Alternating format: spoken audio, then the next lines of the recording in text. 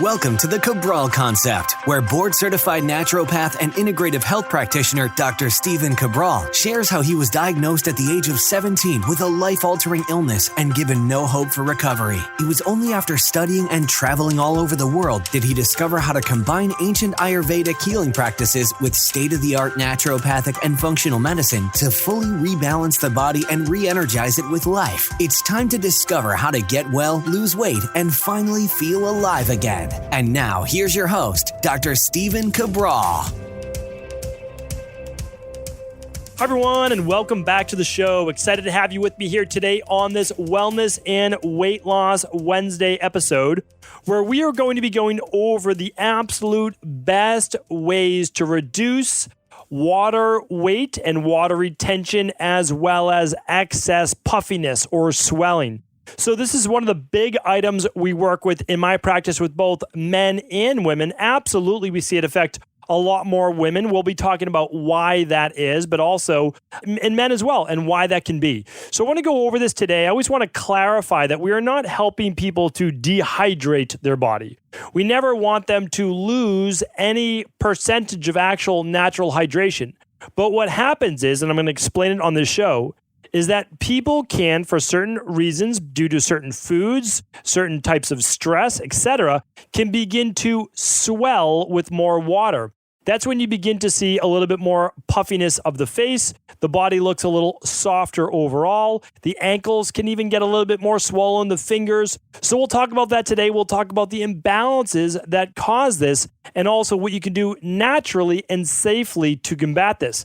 I always look at it like this. The body is telling me what's going on and what the imbalances are, so I don't want to mask the symptoms. I don't want to use synthetic-based diuretics to just wipe the water out of my body. The body is saying, listen, fingers are swollen, ankles are swollen, face is swollen, body looks softer, not looking as lean. Why is that? And then we can say, okay, something's wrong. Something is not balanced within the body. It does not mean I lack for some type of pharmaceutical-based drug. It means that I've done something knowingly or unknowingly, that's caused me to feel a little bit swollen. Now, some people know what makes them feel a little bit more swollen. They go out to dinner the night before and they have, let's see, just a meal out and they're swollen the next day. Well, that could be because of the increase in salt. There's no doubt about that. The increase in sodium. We're not talking about just Celtic or Himalayan sea salt. We're talking about table salt, that's simply iodized table salt, that contains sodium chloride with a little bit of aluminum added aluminum is added, yes, as well as iodine. So you're getting a little bit of the heavy metals and you're getting this bleached white salt that your body absolutely does not process in the same way as sea salt. However, if you use too much sea salt, you can also start to get puffy and retain a lot of water. And so salt is one place to look at. That's the first thing that we're talking about today. It absolutely does matter, but it only matters, and I think you probably heard me say this and mention it last week, it only matters if it's not balanced with potassium. So this goes for blood pressure, this goes for puffiness and swelling and all of these different items. I went over it more in depth last week. I hope you tuned into that show. Today, what I want to share with you is this, is that your cells are meant to have, they're meant to have a balance between potassium and sodium. So potassium is typically more intracellular for a lot of the cells, and the sodium is on the outside. They call it extracellular. It creates this osmotic balance, which then allows water and other nutrients to flow in and waste water to flow out. So it works out perfectly. Well, the more sodium we have in the body, a couple things happens.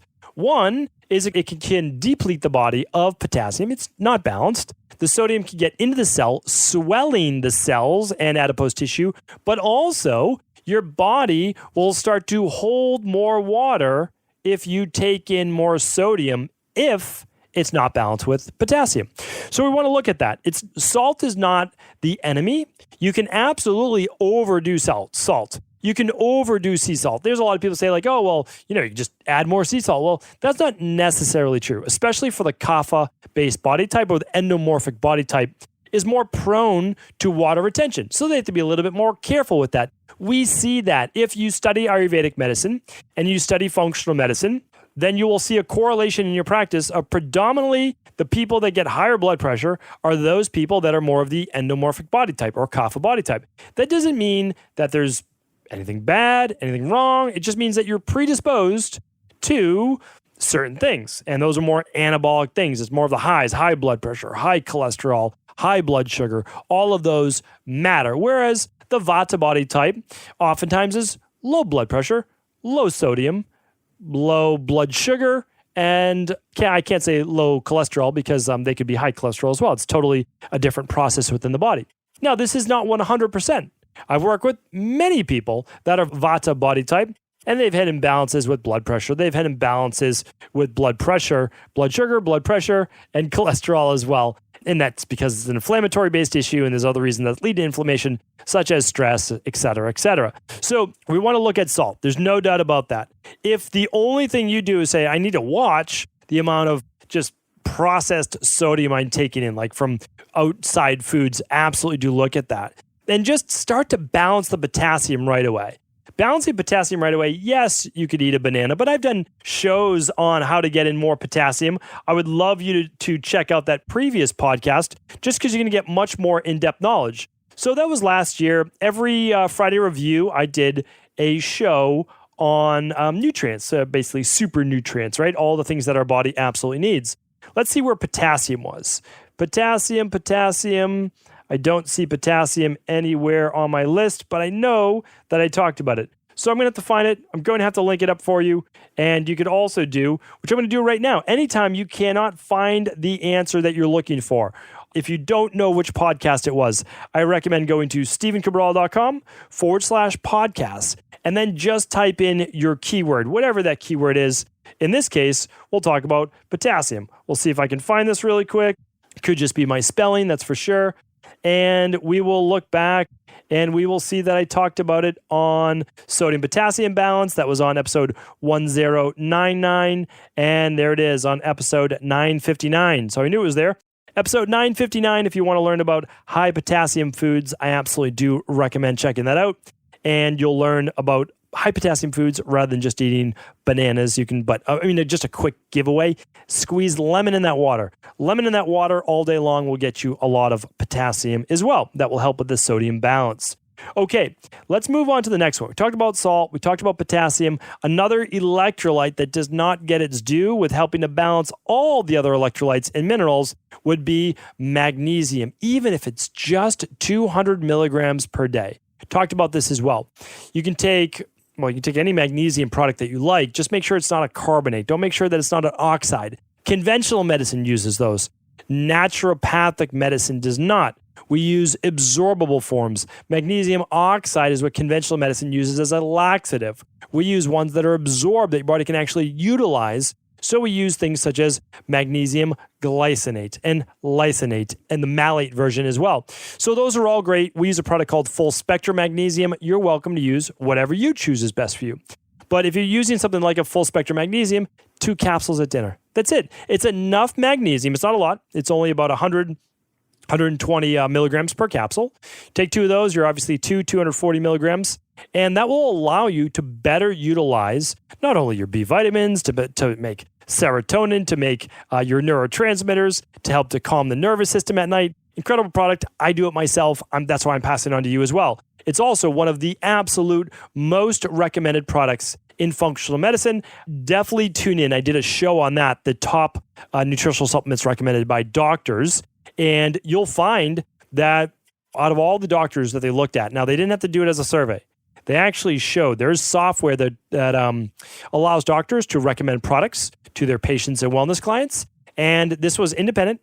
They just showed here are what the doctors are recommending that their patients are buying. So I thought it was pretty incredible. I was basically saying, I agree. And there was a couple nuances, a couple differences that I use different things. I'm not a big believer in green medicine. I'm just not. I don't recommend a vitamin instead of a pharmaceutical. I'm always looking at the underlying root cause, which is why just a few of these I wasn't as big of a fan of, but they weren't bad. It's just I wouldn't use them necessarily in my practice as a single standalone. That's all. You can check that out as well. I just found out there potassium as well. It was just done in September. So check out episode 959. Magnesium. I've done many shows on magnesium. Episode 497. And I think I just did one last week as well. The time just flies by literally each and every week, but we'll try to link that up and find that for you as well. There it is right there. 7 signs you're magnesium deficient. Episode 1160, StephenCabral.com/1160. And of course, you can always search for your keyword at StephenCabral.com/podcast. All right, let's move on to another one. I want to give you another reason for water retention, and of course, then what you can do about it. Here's a big one. The higher your cortisol levels, the more water you're going to retain. And I'm going to teach this from kind of a roundabout kind of way. When you produce more what are called catecholamines, you produce more stress hormone. In this case, it's epinephrine, norepinephrine, and adrenaline. Okay, that gets the heart rate pumping, that gets the blood pressure going, that gets you ready for fight or flight. Well, then your body needs a fuel source. And believe it or not, contrary to not popular now, but media-based belief, your body's not going to just tap into body fat. It's not going to work that way. It needs glucose. And glucose is always the fast fuel source, the preferred fuel source under stress. That's why take anybody who says they're in ketosis, take anybody on a low-carb diet, put them in a stressful situation, or just give them 300 milligrams of caffeine, or put them through a really hard workout, take their blood sugar afterwards, and show. I had one of my colleagues do this. He was following a keto-based diet, carnivore-based diet, actually. He did it first keto, and now he's on carnivore. Brilliant guy, really intelligent guy, super smart, showed his glucometer, and showed that he got a spike in blood sugar. Remember, your body will survive. It will survive. Just because you want it to burn exclusively fat so that you can become fat adapted, and I use that in quotations, doesn't mean that your body's going to cooperate. Now, it does cooperate if you keep yourself out of the fight or flight, more in the parasympathetic. But anyway, that's neither here nor there. That's another conversation that I've actually had before. We've talked about this. Why skipping breakfast isn't always the best idea. Why, obviously, if you're under a lot of stress, it's not a bad idea to have some carbohydrates. So anyway, I talked about that before, how it cuts cortisol, etc. Well, let's say you get that cortisol pumping and to respond to chronic-based stress. You typically also, at least in the beginning, produce aldosterone or a lot more aldosterone. And this is going to tell the kidneys to retain more sodium. So you don't even need to take in more salt. Your body will say, retain sodium. That'll help us get into fight or flight as well. We'll be able to get the blood pressure again up, constrict arteries, blood vessels, get the body pumped and ready to go. So it's super important that whatever you have going on for stress right now, it's one of the reasons why meditation, hatha yoga, doing a relaxing, not super hot sauna, but relaxing sauna, doing some massage, doing dry brushing will help move that lymphatic system, which is my next one. But reducing overall stress, you can use a product such as Adrenal Soothe. And if you want to use whatever your favorite company is, look for ashwagandha, look for L-theanine, look for a little bit of rhodiola for sure, look for Eleuthero, look for phosphatidylserine. And if I could only pick 3, it'd be L-theanine, ashwagandha, and phosphatidylserine to help decrease those stress levels. Amazing product, and you can check that out as well. Okay, now let's get back to that lymphatic system of why you can be puffy and swollen. Okay, here's why. So if the lymphatic system is meant to metabolize, take waste away from the gut, to take waste away from the body, the cells, it's basically like the cleanup crew. What it needs is to not be all blocked up. And if you're not someone that exercises, which is going to be my next point, or moves that body, that lymphatic system is not going to drain properly. And that's because a lot of the lymphatic system actually flows uphill. And it's a one-way street. The lymphatic system is one of the most amazing features of the human body. I mean, it really is. It basically has like these things called, like, if you've ever taken a boat, I used to teach sailing way back in the day. To this day, tied for my favorite job with what I'm doing right now. But I've had many jobs when I was young growing up. And what we would do is we would take this little Boston whaler and we would drive it from the lake where I used to teach on all the way into Boston Harbor. And they would have these things called locks. And the locks is where you would pull your boat in I would actually raise or lower from the street or from the river you were coming in, and then eventually to the Boston Harbor. And it could go from freshwater to saltwater, etc. Anyway, what it was they had 2 gates then on each side, and you couldn't go backwards. You were only allowed to go forward and through the tank. It's pretty impressive. So what your lymphatic system is a one-way street, and it blocks off the new from coming in if the old hasn't been pushed through. So what we can do is with simple technique called dry brushing. And again, you can go to stephencabral.com/podcast. Just type in dry brush or lymphatic, and you'll be able to find out shows on this. Now, the lymphatic system is amazing. 4 times the amount of fluid than blood in your own body. And you can learn a system, very simple, right at home, basically free, using a dry brush to move from the extremities, like the ankles or the wrists, towards the heart, flowing and just gently. We're talking very light, either with your own hands and a little sesame oil, just gentle self-massage, like they do with Abhyanga from Ayurvedic medicine, or simply with a dry brush. Both are fantastic. I like both. Okay. So that's a great one. And then what else moves the lymphatic system? Exercise. Exercise allows your body to not only sweat, move the lymphatic system, but begin to speed up detoxification. You might say, well, how does exercise speed up detoxification? The second way is this. It moves blood faster through your liver. Not a lot of people talk about this. And I was going to do a whole show on a Training Thursday about this, but I can just talk a little snapshot right here.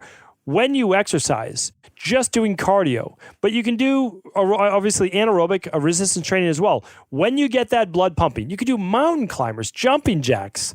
Jumping jacks would be great. That's going to get your lymphatic system going, and you're going to get the heart rate pumping. That will allow you to detox and move that through the body faster. When you do that and you get the drainage system working, you're going to retain less water. Just a couple more that I want to give you that are super important, that I believe you could do all of these really right at home, is looking at, there's a specific type of, I'll probably give you a couple more herbs or nutritional supplements at the end that are all natural, but a dandelion tea. If you've ever heard of dandelion tea, it's quite popular in Native American medicine. And there's a little bit of mention in Ayurveda and a little bit of mention in traditional Chinese medicine as well.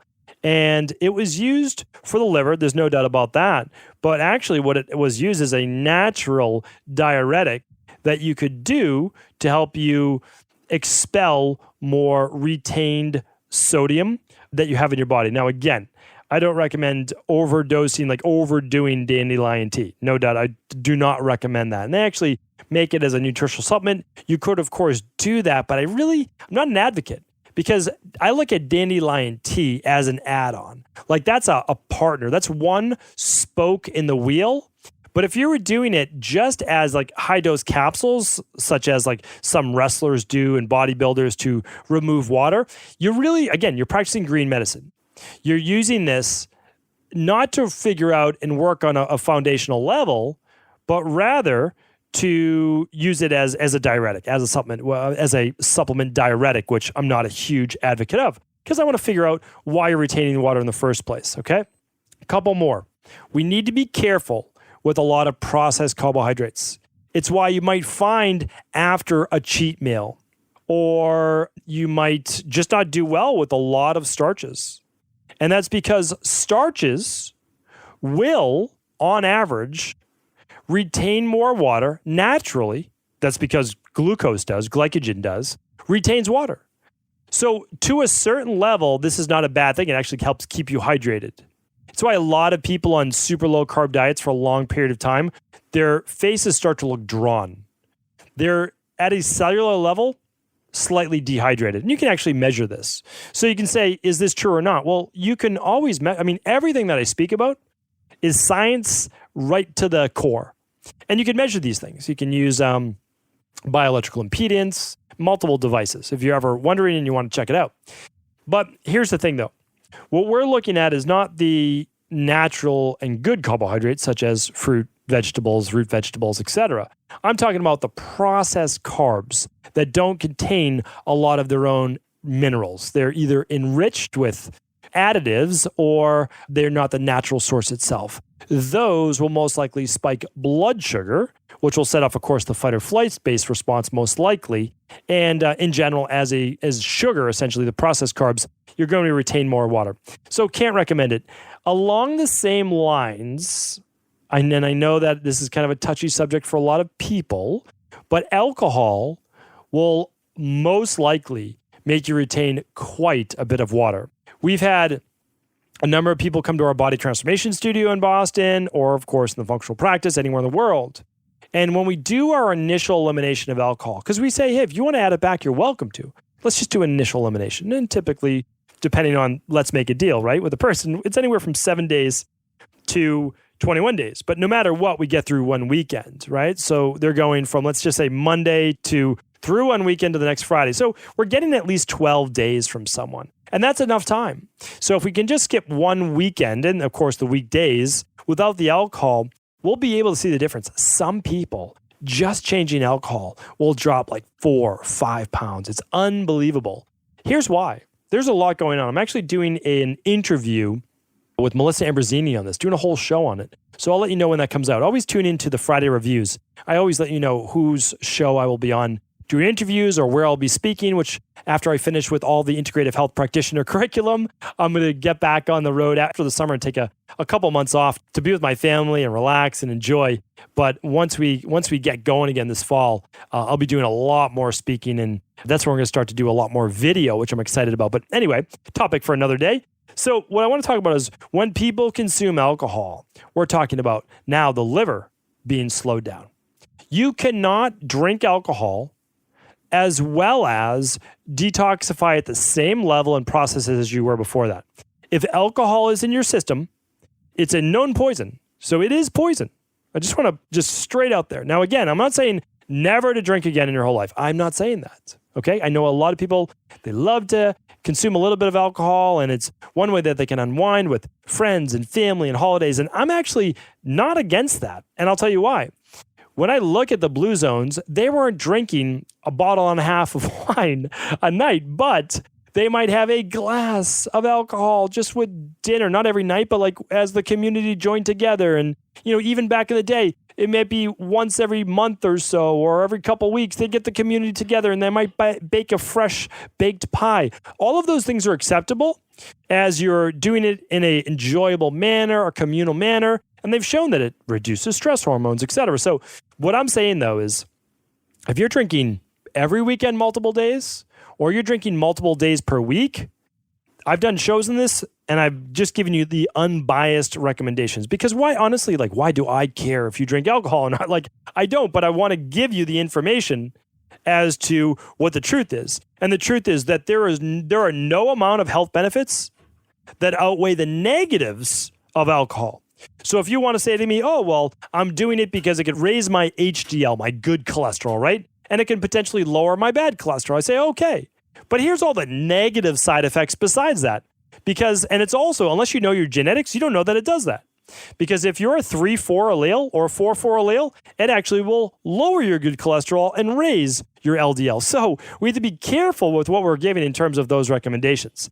When in doubt, refrain from alcohol and don't drink alcohol for health-based purposes. If you're going to drink alcohol, do it because you enjoy it. You're hanging out with friends and family or your partner and you just want to relax for the night. That's fine. That's your choice. And then also, don't take it to the highest level. I don't believe a drink or two. I don't think that you need the fourth or fifth. I don't think that you're going to get as much pleasure then as the first, right? So I've given you lots of advice of how to, in between drinks of alcohol, what else you could drink. And so go back, check out those previous shows as well. All right, just a couple more that I want to give you, just because this can be really helpful as we're getting into the springtime here in the US and Europe, and really just trying to be careful, just the puffiness, the extra swelling. Nobody necessarily wants that. And it's not healthy as well. There's always a reason why. The next one, and I'll just give you one more maybe as well to set this off straight. And there are certain foods that you can eat. And these foods will allow you to increase your B vitamins, which we know helps with stress. And they're also just natural diuretics. So if you're making your daily nutritional support smoothie in the morning and you want to throw in like a quarter to a half a cup of cranberries, can be excellent as well. Okay. Very low glycemic too. If you're making some of your favorite tea, you could throw in a little bit of nettle. Nettle's a great add-on for tea as well. Now, it can be in addition to or just on its own. You can have nettle tea. Fennel is another great one. Fennel tea or fennel as an add-on to your salad. You could do that. My favorite tea, though, like no doubt about it, in the summertime, my favorite tea is hibiscus tea. First time I learned about it was because of a negative. I was basically in a non-US based location and was just sick to my stomach. And I was there and I was with some of the more native people and they gave me this tea and my body knew, like it knew it was the right thing to drink because I'm not a tea person at all. But I drank this hibiscus tea and I drank over a liter of it. The people were just kind of looking at me like, how are you consuming this much tea? But I could tell as I was drinking it that it was doing something for my body. And after that, I was better. Like it was unbelievable. And I can't say that that's going to cure your stomach-based traveling issues just with that, but it did for me that time. And it was absolutely incredible. Huge, huge fan. So I'm going to keep it at that for today. These are all items that you can do in order to reduce puffiness, to reduce swelling. Pretty simple overall, right? We're talking about a couple different lifestyle tweaks you can make, some work with the lymphatic system, some reduction of stress, using certain herbs, increasing your magnesium, watching your sodium intake if it's not balanced with potassium, putting some lemon in your water every day. Easy things that you can do, but they'll make a huge difference in your life. Remember, it's one step at a time, right? It's just one more thing that we can do. Okay, what's that next edge I can give to myself? All of a sudden you look back and your day's so healthy. You're going to bed on time. You're waking up on time. You're doing your smoothie in the morning, your daily fruit and vegetable blend. You're then fasting between meals. For lunch, you might add some parsley to your salad, some fennel. You might do a little bit of hibiscus tea. I mean, all of these things are fantastic. And they're easy to do. Remember, they're easy not to do, right? So that's why a lot of people deal with these issues, but they're also easy to do. So hopefully this was helpful. Thank you so much for tuning in. As always, if it was helpful, please do feel free to pass this along to anyone else you believe it could serve. Before you go, I wanted to share a personal story with you. The real reason I began to get well finally is because I figured out what was wrong with me. And that might seem pretty obvious, but I went from doctor to doctor for over 2 years before discovering at-home functional medicine lab testing. These are the labs that enabled me to finally figure out what was wrong with my hormones, blood sugar, electrolytes, and gut health. And once I knew what was wrong, I could then follow a proven plan in order to rebalance my body from the inside out. This is why I believe so strongly in functional medicine lab testing and why I've made it my mission to share these labs with the world. Now at equa.life, you can order an at-home lab test or lab bundle for you and your family and be able to complete it within the week. Plus, the EquaLife difference is that you're not left to try to read and figure out these labs on your own. We explain what your lab numbers mean, what they mean in the much bigger picture, and then how to go about rebalancing your body in order to heal. To see our full selection of lab tests or to set up a free lab selection call to find out what labs may be best for you, simply head on over to equa.life/labs. And do remember, we ship these all over the world. To find out more and to set up your free lab selection call, simply head on over to equa.life/labs. That's EQUI.LIFE/labs.